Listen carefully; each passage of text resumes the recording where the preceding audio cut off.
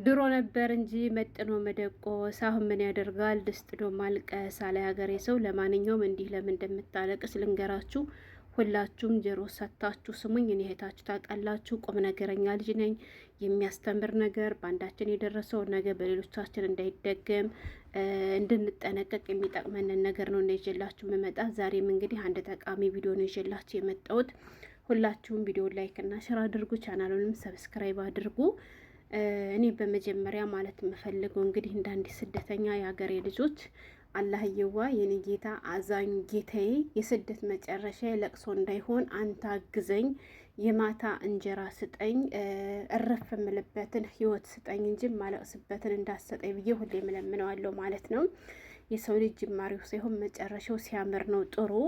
የኔ ጌታ አዛኙ ጌታዬ ከድሃ ወንዶችም ባንተ ጠበቃለሁ። ድሃ ወንድ ወደ እኔ እንዳይመለከት ወደ እኔ እንዳይ አይኑን እውር አድርግልኝ። ምክንያቱም ድሃ ነው። በነገራችን ላይ የሀገሬ ልጆች እኔ ይህን ስል ብዙ የሚከፋችሁ ልጆች ልትኖሩ ትችላላችሁ፣ ሀታ ወንድሞቼ ማለት ነው። ምክንያቱም ምን አለ መሰላችሁ ብዙዎቻችን እየጎዳን ያለው ነገር አለ እኮ ብዙ እንደክማለን እንሰራለን። በምንሰራው በምንደክመው ልክ እኮ እያገኘን አይደለም።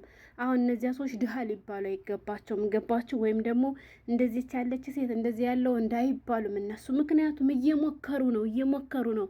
ሞክረው ካልተሳካላቸው ምንም ማድረግ አይቻልም። ግን አሉ እነ ስማይ ጠሪ ሀገሬ ልጆች አሉ እነ ስማይ ጠሪ። እውነቴን ነው የምላችሁ ወላሂ ከእህቱ ከእናቱ ከሚስቱ ሁልጊዜ እየጠበቀ በየጫት ቤቱ በየአተላ ቤቱ በየአረቂ ቤቱ የሚንዘላዘሉ ወንዶች የሴት ልጅ ህይወት ሁሌም ቢሆን እንደቀበሩት ነው እና የሚኖሩ። በዚህ አጋጣሚ ድሃ ከመሆኑ በላይ ደግሞ ሰነፍ ወንድ ያገባችሁ ሴቶች ይህን በቀይ ካርድ ከህይወታችሁ አስወግዱ። ያ ካልሆነ የእናንተ መጨረሻም ልክ እንደዚች ልጅ ለቅሶ ነው የሚሆነው። እኔ ለእናንተ ብዬ ነው። ብዙዎቻችሁ ልጠሉ ትችላላችሁ። ለወንድ ብር አትስጡ ስል ትሳደባላችሁ። ምን ትላላችሁ? ተሳደቡ። እኔ ምንም አይመስለኝም። ለራሳችሁ ብዬ ነው።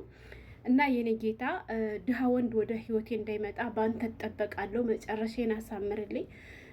ብዙ ሰው የሚሸወድበት መንገድ ምን አለ መሰላችሁ? ብቻ ይውደደኝ እንጂ ዋናው ፍቅር ነው ይላል እያንዳንዱ። ፍቅርን ብቻ ታቅፎ ሳይበላ የሚያድር ይመስል ማለት ነው። እና ዋናው ፍቅር ነው። ባክሽ ገንዘብ ምን ያደርጋል? ገንዘብ ይሄዳል ይመጣል። ሞኝ አትሆኑ የሀገሬ ልጆች፣ ሞኝ አትሆኑ። እኔ በራሴ እውነቴን ነው የምላችሁ የሚወደኝ የምወደው የሚያፈቅረኝ የማፈቅረው ድሃ ወንድ ከማገባ ይልቅ ማላውቀው ማያውቀኝ ዝንጥ ያለ ሀብታም ባልሽ ብዬ ነው የምመኘው። ለምን ካላችሁ ሀብቱ ካለ ፍቅሩ ቀስ በቀስ ይመጣል። እውነት አይምሰላችሁ የሀገሬ ልጆች። እኔ የዚችን ልጅ ቪዲዮ ሳይ በጣም ነው ያዘንኩት። በጣም ነው የተሰማኝ እንደ አንድ ሸቃላ ማለት ነው።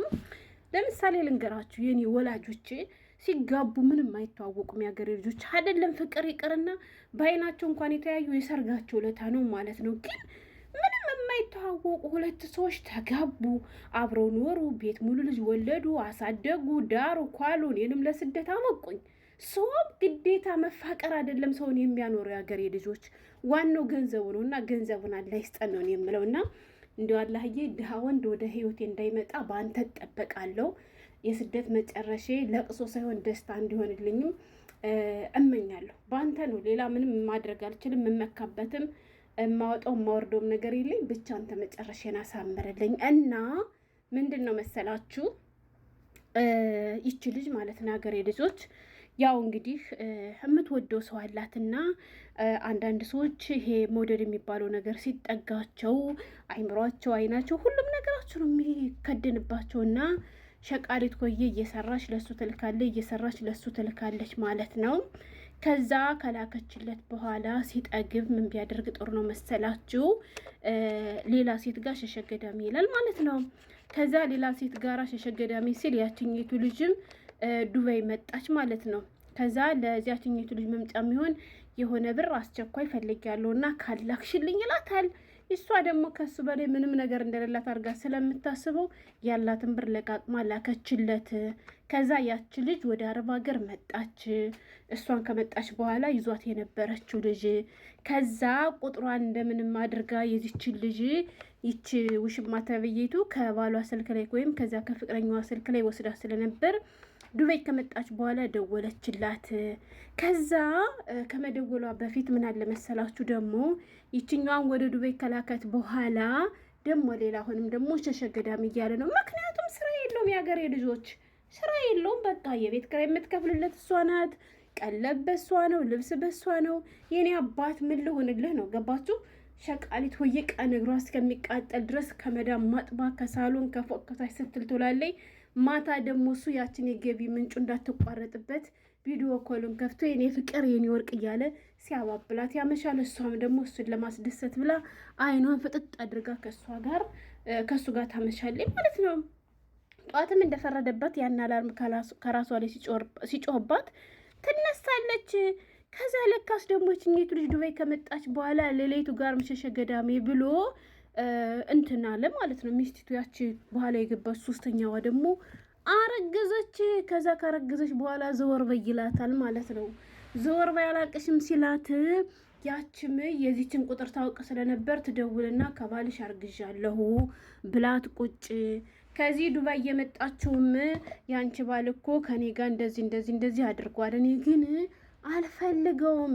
ያው ወደ ዱባይ መምጣት ስለምፈልግ ብር በሱ ስም ከአንቺ ተቀብሎ እንዲሰጠኝ ብዬ እንደዚህ አድርጌ ከሱ ጋር የተወሰኑ ራቶችን አሳልፍ ያለው ታስታውሽ ከሆነ በአስቸኳይ ይህን ብር ካላክሽ ብሎ ያለሽ ለታም እኮ ያ ብር እኮ ለእሱ አስፈልጎ ሳይሆን ለእኔ ነው እና እኔ ሴት ነኝ በጊዜው ለጥቅም ብዬ ነው እንደዚህ ያደረኩት። ግን 2-3 ጊዜ እንድትጎጂ አልፈልግም እና ጥንቃቄ አድርጊ። ለባልሽ ብር አትላኪለት፣ እኔም አልፈልገውም። አሁን በሱ ቤት እሱ አንቺ እንዳለሽው የማውቅ ስላልመሰለው ከእኔም ጥቅም ይፈልጋል። እኔ ግን አልሰጠውም ብላ ትነግራታለች። ከዚያ ስታጣራ ከዚች ሌላ ደግሞ ሌላ ሴት እንዳስረገዘ ሰማች። እናም አሁን ባታለቅስ ነበር የሚገርማት፣ ባታለቅስ ነበር የሚገርመው። ምን እላችሁ ፈልጌ ነው፣ ሰውየው ብድ ያለ ድሃ ነው። መጠጣት ነው፣ መቃብ ነው፣ ማጨስ ነው። ሶ ምንም አላማ የለውም። ለምን በቃ ከሷ እጅ ብቻ ነው የሚጠብቀው። ደሞዝ እንኳን አልደረሰም ስትለው ያኮርፋታል። ሲያኮርፋት ደግሞ እሱን ሳሰማ እሱን ሳታይ መዋል ስለማትችል ከዛ ይውላችሁ በመጨረሻ እንደዚህ ለቅሶ ሆነ።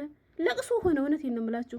ብዙ ሰዎች ያላችሁ ወንድሜ ብሬን በላኝ፣ እናቴ ካደችኝ፣ አባቴ ካደኝ እያለችሁ የምታለቃቅሱ ቢክዷችሁስ አይደለም ብራችሁ ለምን እናንተን አይበሏችሁም? ስጋችሁ ደማችሁ እኮ ናቸው።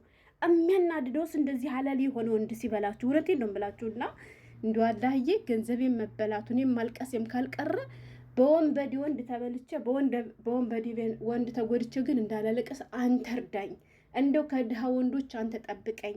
ድሃ ወንድ ካልሆነ ከኔ መቼም ጥቅም አይፈልግም። እና ሲጀመር የድሃ ወንድ ቀረቤታ መጨረሻው አምርም የሀገሬ ልጆች እና እንዳታለቅሱ፣ ብራችሁን አትስጡ። ይሄን ስላችሁ ደግሞ ለልባም ወንዶች አይደለም። እሺ እንደዚህ ላሉ አላማ ለሌላቸው ቁጭ ብለው ለማይሞክሩ ሰዎች ነው እየደከሙ እየለፉ አልሳካላቸው ላሉ ወንድሞቻችሁ ባሎቻችሁ አይደለም። እነሱ ሊታገዙ ነው የሚገባቸው፣ ተስፋ ሊሰጧቸው ነው የሚገባቸው።